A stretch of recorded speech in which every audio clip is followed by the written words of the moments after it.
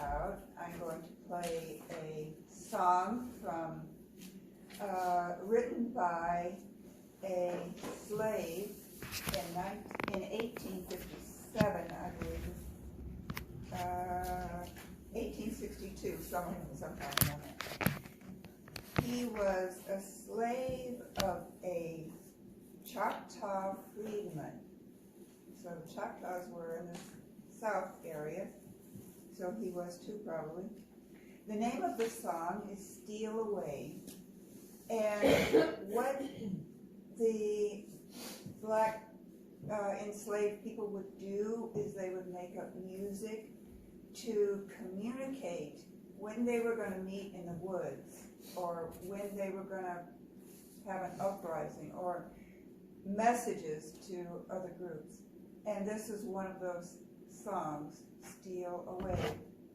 If you want a treat, find this on YouTube, sung by Mahalia Jackson on Nat King Cole's program. And he joins her in about the middle of it. The technology was not that great in 1957, but it really, the emotional message really comes through on that. So, okay.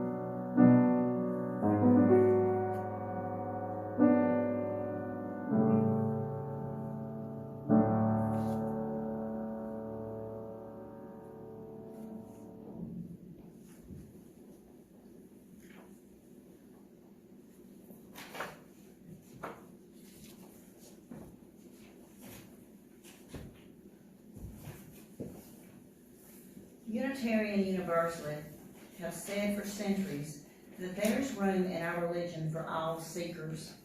Skeptics and poets and scientists are welcome here, as are nonconformists and shy and uncertain folk. We believe that restlessness and doubts are a sign of grace, that the love of truth is the holiest of gifts. And if you'll, are we going to stand for the hymn? No. Okay. we don't have to stand for the chalice sliding then, so we don't have to get up and down. I'm thinking about y'all. If you will repeat with me the chalice sliding. We We light light a flame that represents the light of truth, the warmth of love, and the energy of passion.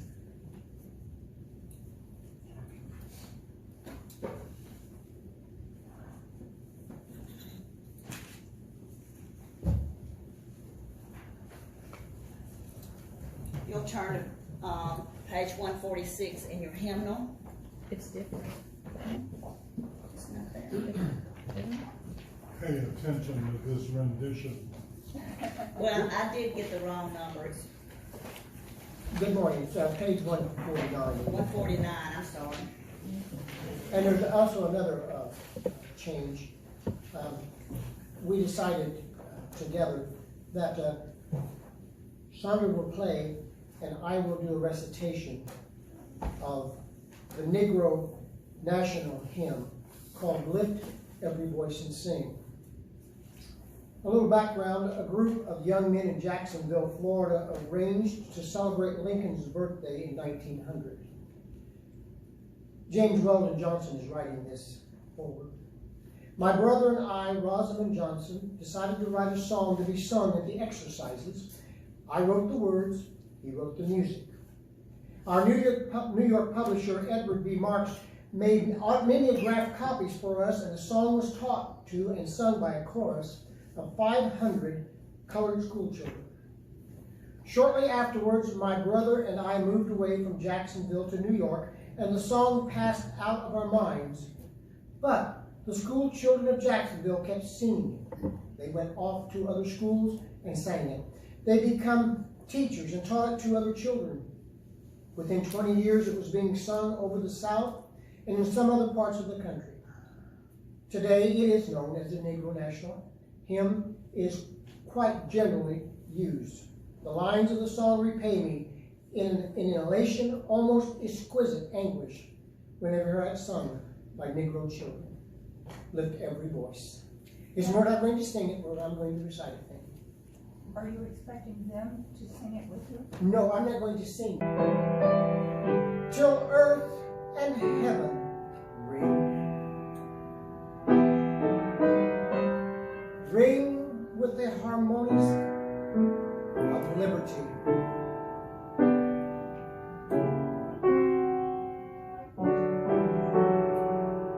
Let our rejoicing rise high as the listening skies. Oh, let it resound loud as the rolling sea.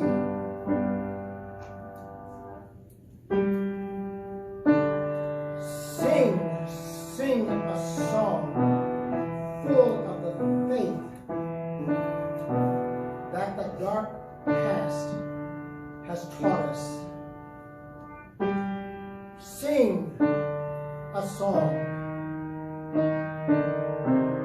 full of the hope that the present has brought us.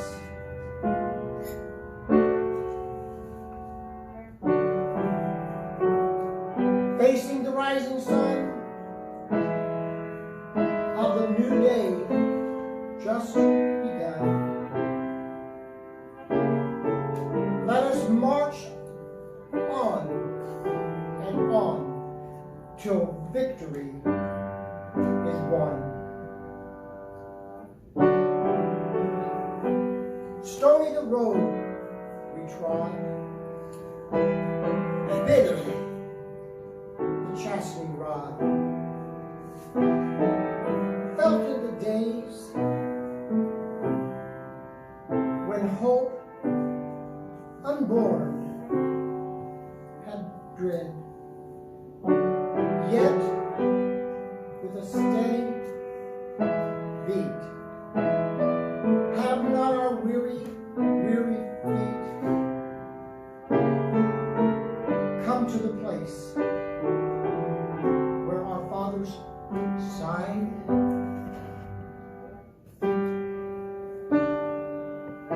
We have come over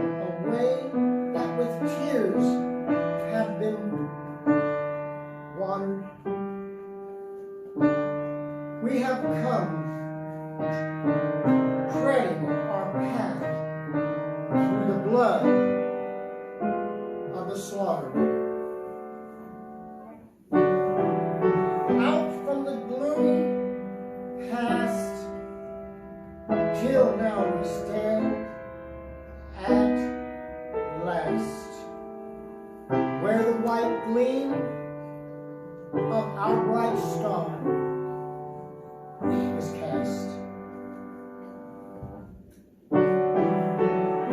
God of our weary years,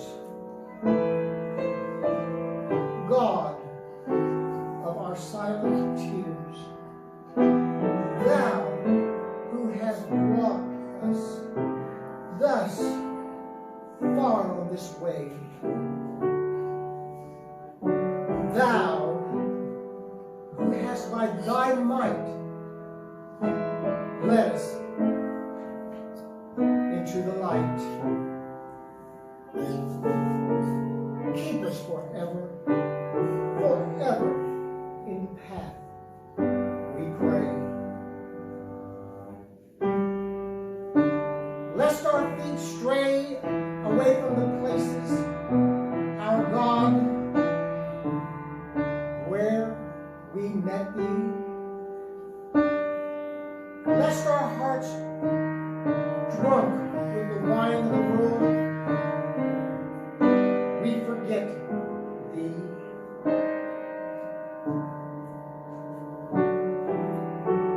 Shadowed beneath thy hand, may we forever, ever stand, true to our God, true to our native land. Amen.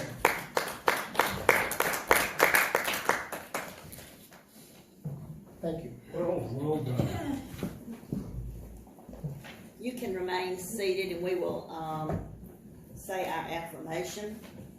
Love Is the doctrine of this church. The quest of truth is its sacrament, and service is its prayer.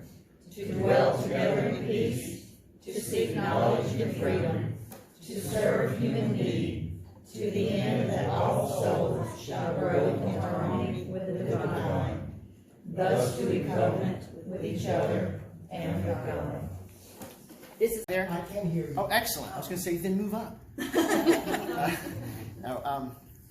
This is a hard month for me because it is the end of Black History Month, and my students are all black. My school is all black.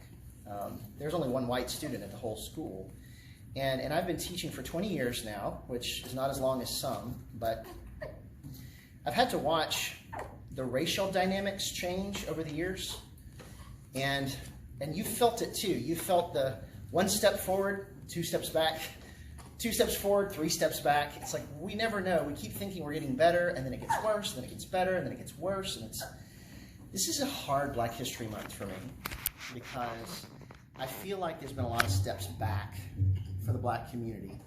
I hear another microphone. Oh, he's getting a new microphone. Okay, that's fine. But the thing is, it's moments like this when I get really discouraged that I find myself thinking of that phrase that you can think globally but act locally. I really don't think that we are designed to be global citizens, not just yet. I mean, maybe there'll be eventually a place in time where we can act as citizens of an entire planet. But good morning. Sorry. No.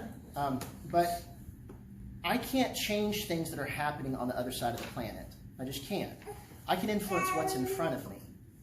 And that's comforting to realize that acting locally is the best we can do. I may get discouraged about the way the rest of the world is going, but I can't fix the world, and we can't fix the world. What we can do is work on our world, what's in front of us.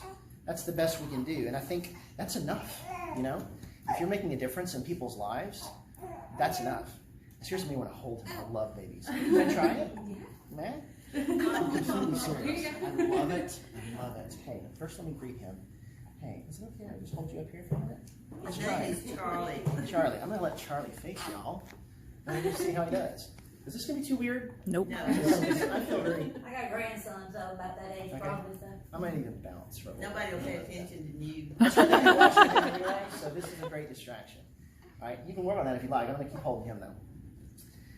And that's not what I'm going to talk about this morning. I just felt the need to say something about it. You know, it's a hard month for me. Do you have the hiccups?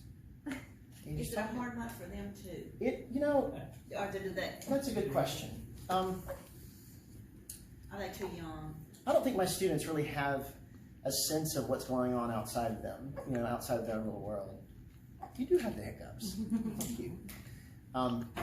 But I'm looking at bigger trends, and I'm seeing how people talk and how they act and how they think about racial relations, and it's one of those moments where it's 2 steps back instead of forward, and that's discouraging. But the good news is we want to do better. Thank you. I'm going to use that just a minute.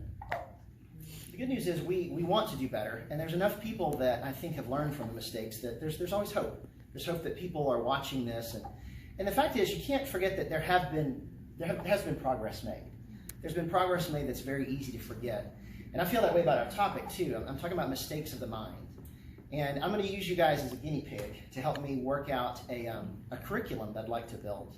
I want to write a curriculum for students to teach them critical thinking skills. And I would love to get that put together in such a way that even small kids could learn from it. And maybe in the process of teaching it to their kids, the parents might learn something about it as well. Because subject matter is important. I teach math. It's not my favorite subject. It's just what I teach. But more important than learning subject matter right now is I think just even learning how to think. Learning how to sift what's true and what's not. The last time I was here, the message was called Telling Truth from Lies. And that's really going to be what all of this is about, is learning how to determine what's true and what's not. Because I don't think our job is to teach people what to believe. It's true of our kids, it's true of the rest of the world. We don't really want to teach them what to believe, we just want to teach them how to figure that out. How to work through that. And to me, critical thinking skills is the best way for that to happen. Just teaching people to ask simple questions like, when this guy says you should buy this toothpaste, is it possible he's biased? Or if this guy says that this particular kind of drink is his favorite drink in the world and it fixes all of his problems, well, maybe, but he's also paid to say that. And I know that, and you know that, but I think everybody doesn't always think about that. We're still influenced by this. If we see, somebody famous that we love doing something, we want to do it too, because that's what we are. We're a social species. We get influenced by that. But it also makes us easy to control and manipulate. And I think it's in everybody's best interest to learn better critical thinking skills, to ask questions like, what does this person stand to gain from what they're telling me? If I believe them, what do they get out of it? It's a simple question, and I think most of us know. How you doing, by the way? This is your first time to address a group, isn't it? I love that. Speechless. He's speechless. I'm sure it's not going to continue. I almost wore a plaid shirt this morning. That would have been even more fun. It would have flashed. Anyway, so what we're going to start talking about this week, and I hope to come back again more than once if possible, is what are the mistakes of the mind to avoid, and what can we do about them? And you need to listen to. All right. The first thing I have to say is that we always have to remember that we have evolved, and so have you. Hey, no, you don't want to do that. I just want to see how he's doing. We have evolved from a social, tribalistic species. Okay? We're going to walk, and then we'll be happier. Really, I'm enjoying this. Thank you for letting me do this. Thank you. I get itchy arms around babies, and I don't need any more babies. I've had... I know.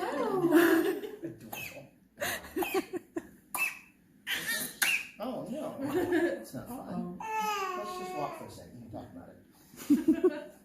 Because we've evolved from a tribalistic kind of species, he wants to tell you about it too. We're primates that just recently learned how to stand up. He hasn't. It's going to take him some time, but as a result, we kind of have some of those same traits. We have alpha males that take over groups, just like primates do, right? We have a system of trust whereby whoever the strongest is gets to call the shots. And we follow them. You tell them about something? I love that. So let me know if this is a distraction, by the way, because I'm enjoying it. Because we evolved from tribalistic backgrounds, we still like to listen to authority figures. We like to trust people who are authorities over us, and it makes sense.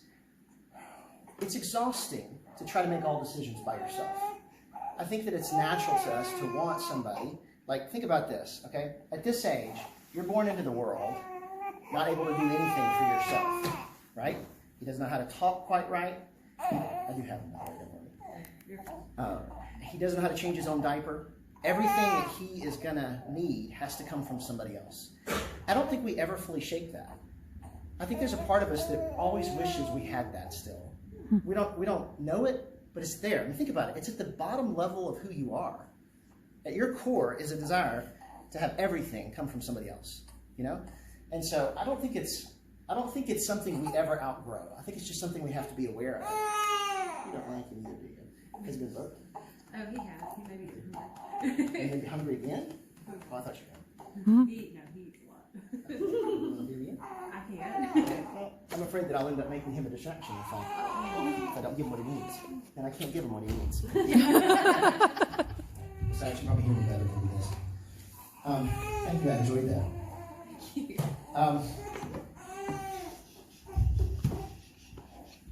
There's going to be a list of logical fallacies that I'm going to cover as we go through these over the next, however long that I come back here.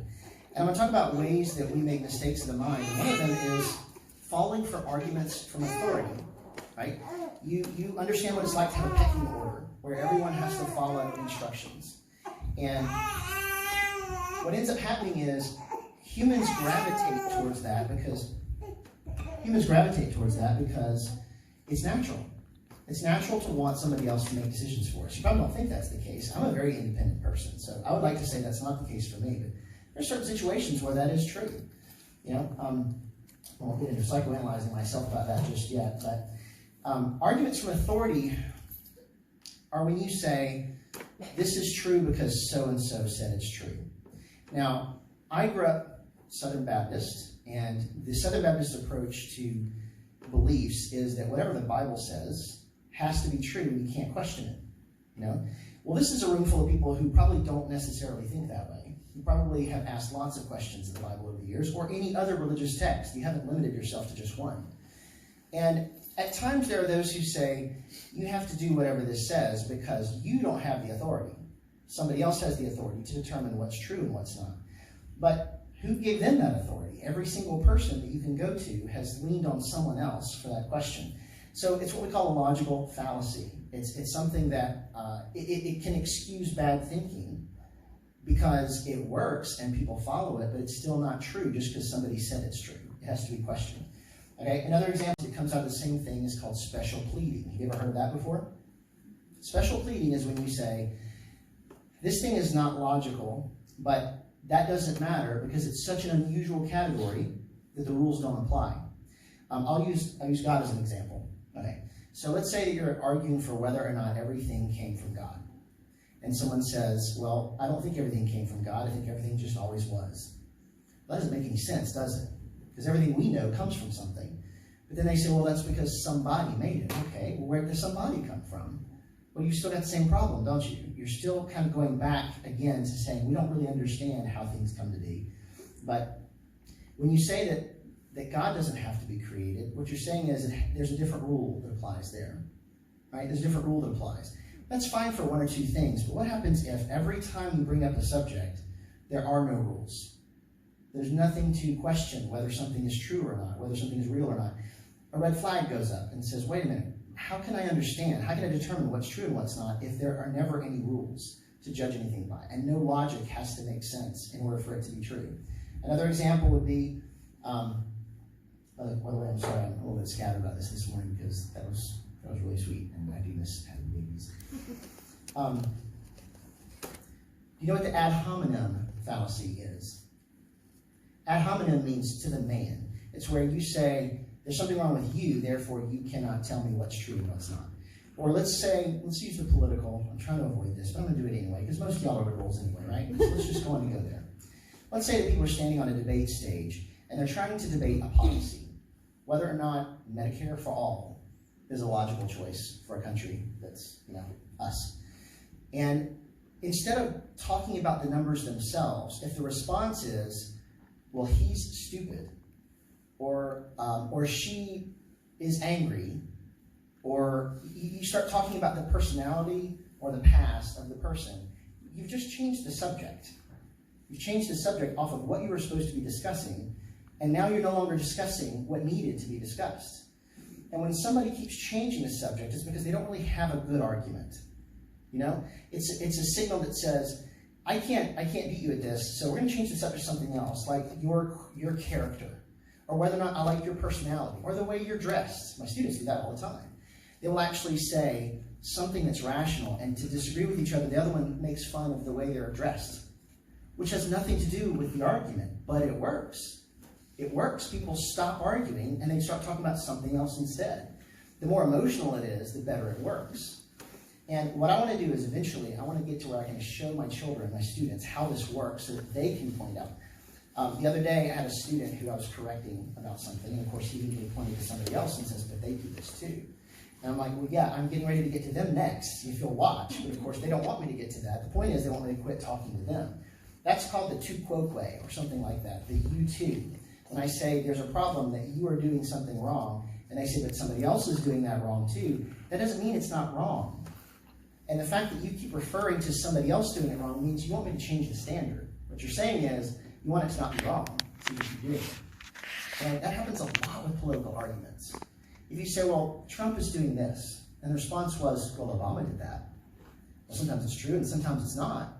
But it wouldn't matter, would it? It wouldn't matter if both did something wrong. It would still be wrong, and that's the point.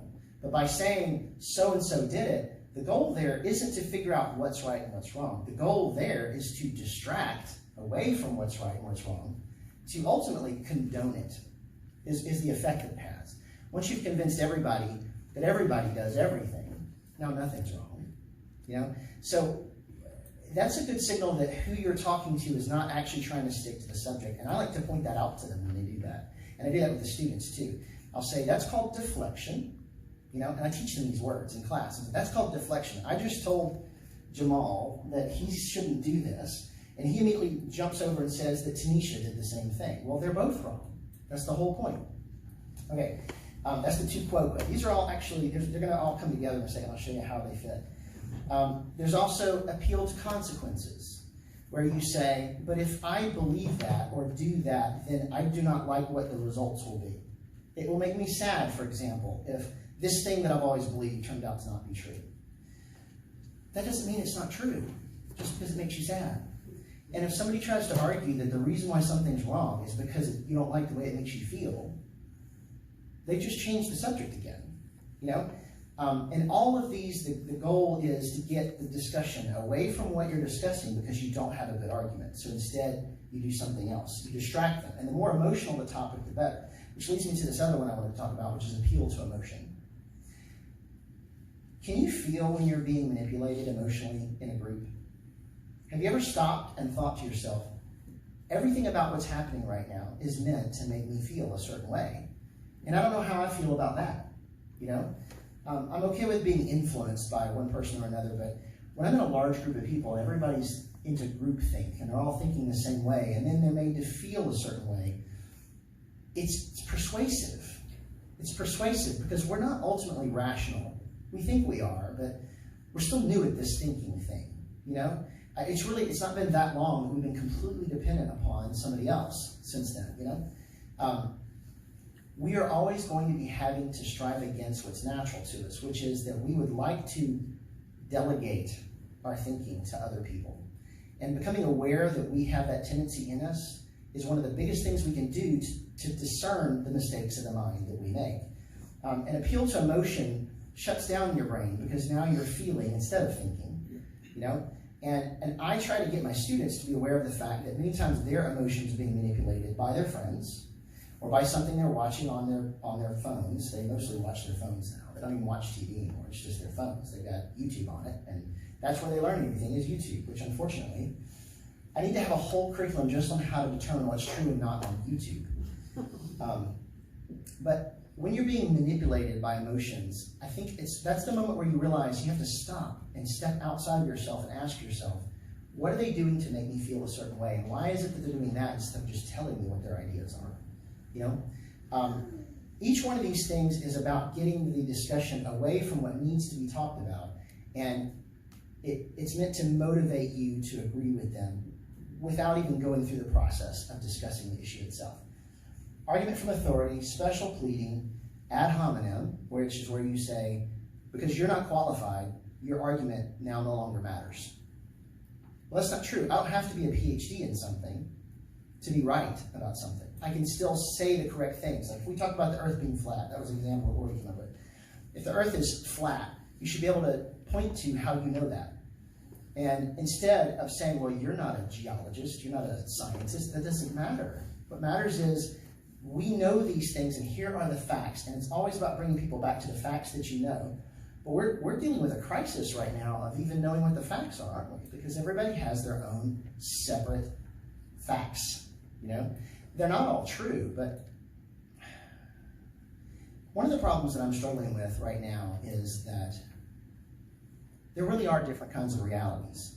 All right, when I step outside this building, there's a clear reality. There are trees, there are birds, there's a sky. You know, I've got my own heartbeat and my own body.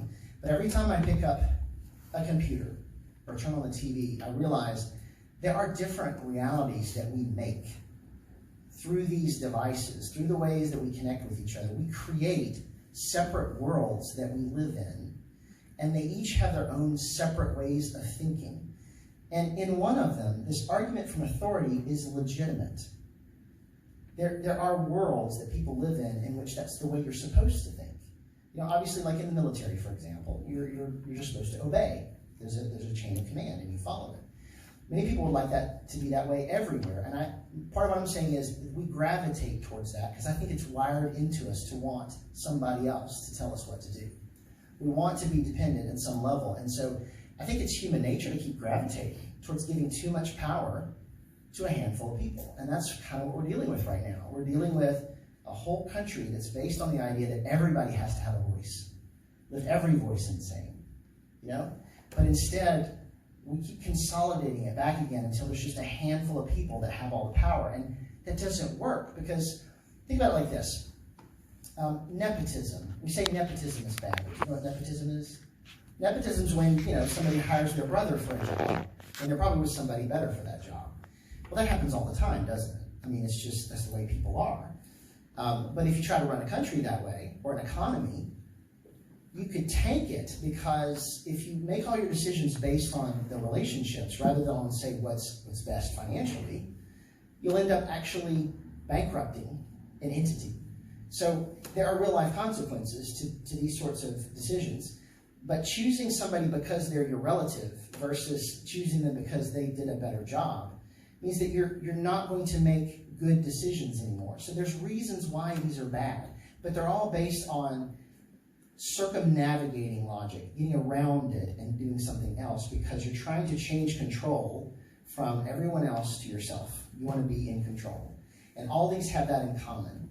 When you say, you do this too, what you're saying is, you can't validly argue about this anymore. When you say, you're a bad person, therefore your argument is bad. No, that's not rational. But you've just taken power away from the other person, which is not really arguing, that's controlling. And that's what all these things have in common in the first batch, that this is all I'm going to talk about today, is the ones that are tied together by a system of belief whereby one person gets to make the decisions and everybody else has to shut up and deal with it. That works in an authoritarian environment, and I'm saying that that's natural to us. And we're going to keep gravitating toward that as a species unless we actively fight it, unless we actively teach each other what bad thinking looks like and what good thinking looks like. And what I eventually want to do is I want to come up with something that's not Latin terms to teach small children what tu quoque is. And it's you too, but that's got to be a better way of talking about that. And I would love some ideas. Whataboutism is what that's been called. Also, whataboutism. Yeah, if you say, well, you know, Trump is doing this, and they say, well, what about Hillary? Well, okay, you just changed the subject though. The question was about him, but now you want to talk about something else. And if you do that over and over and over again, the message it sends is, we want no accountability at all. And what I want to do is try to teach children to recognize when it's happening.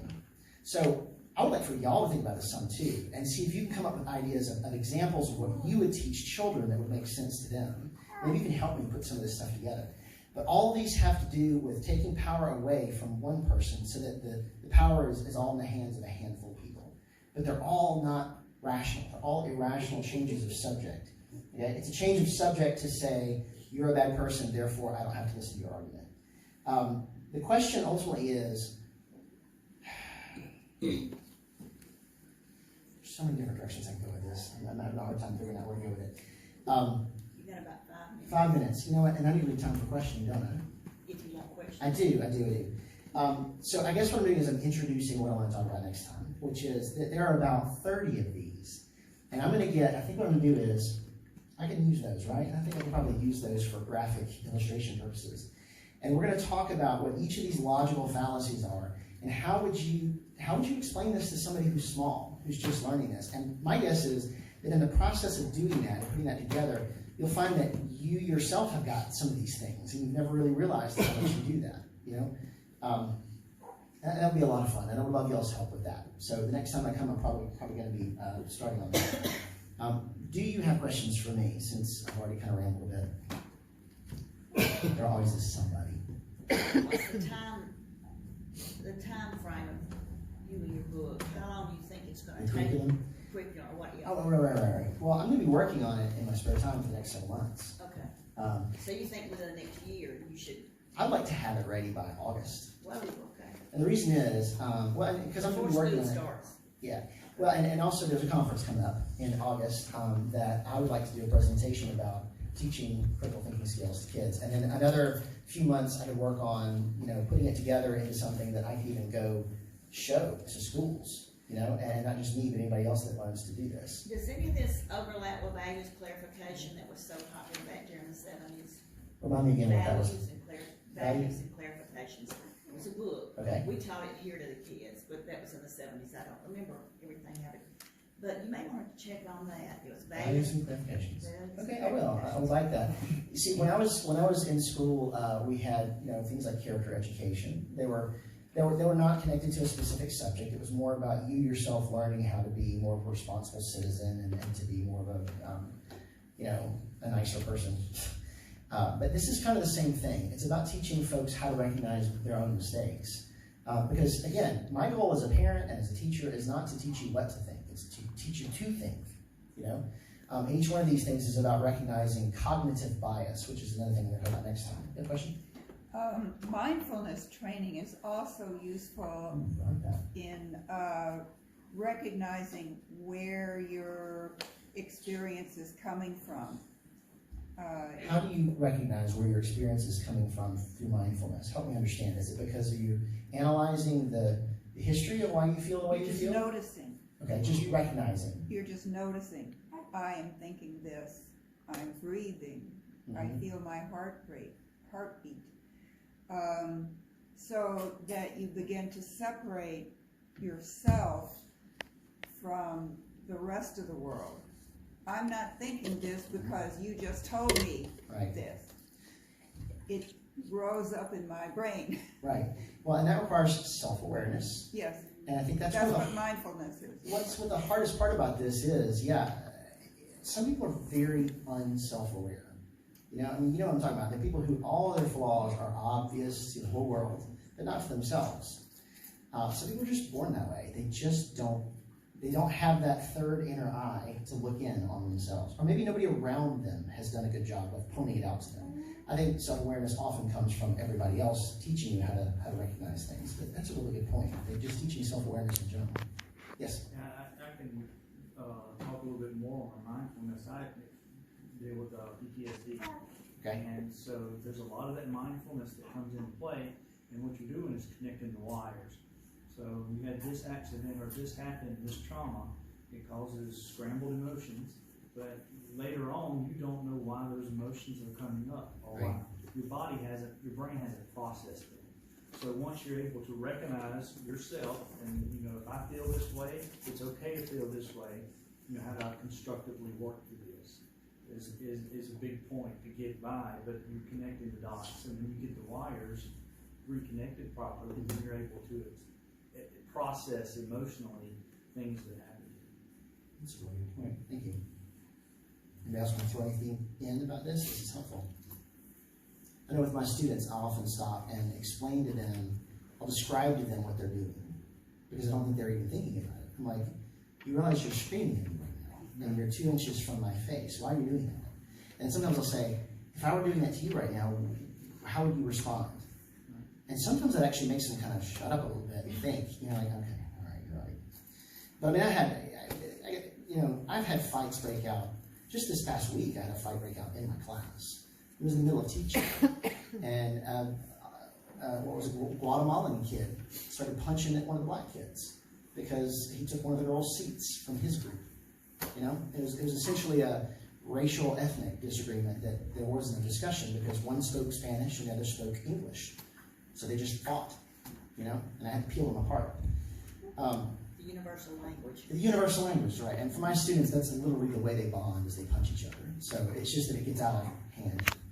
And so it's really hard to teach these students sometimes to use words to resolve their conflicts because that's not been modeled for them.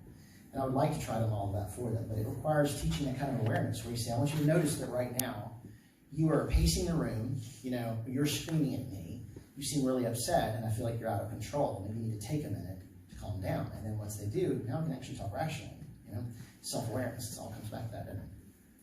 Yes? I'm trying to listen to you, and then I hear you talk about logic and so forth. Mm-hmm. But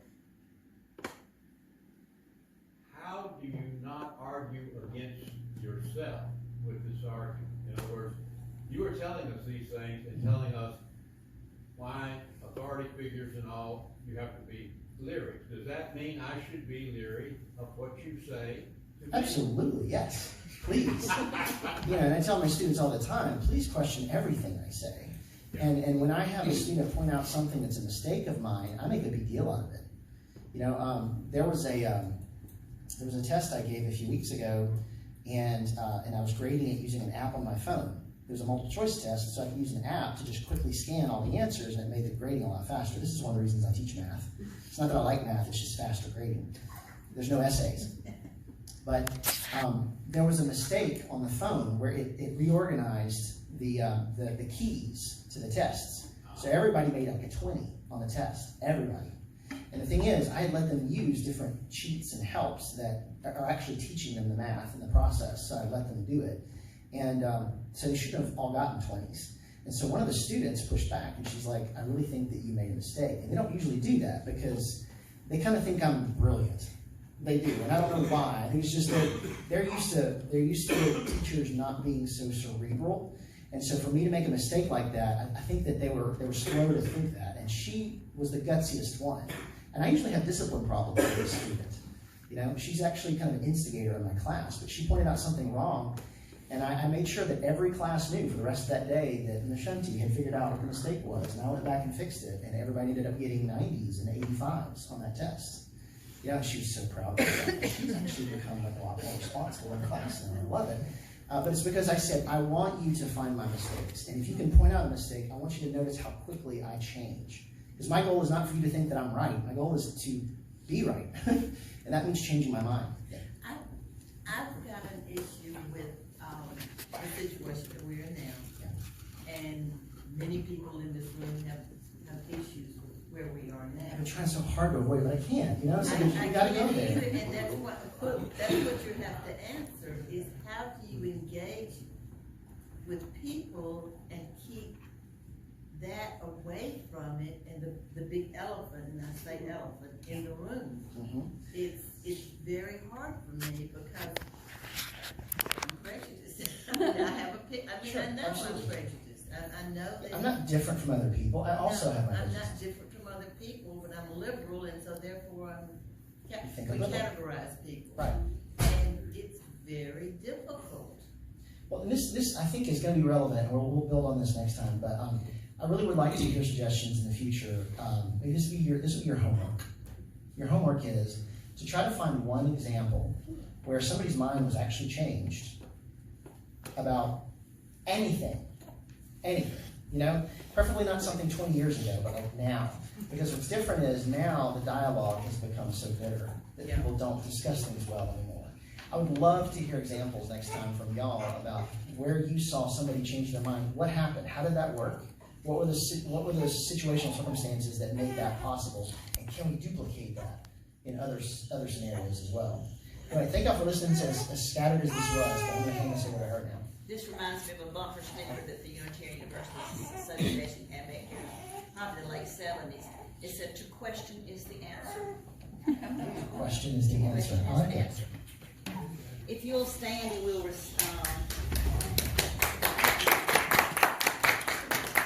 extinguish the chalice.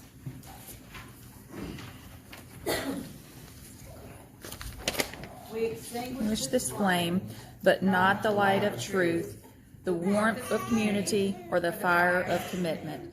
These we carry in our hearts until we are together again. And you can make a closing circle.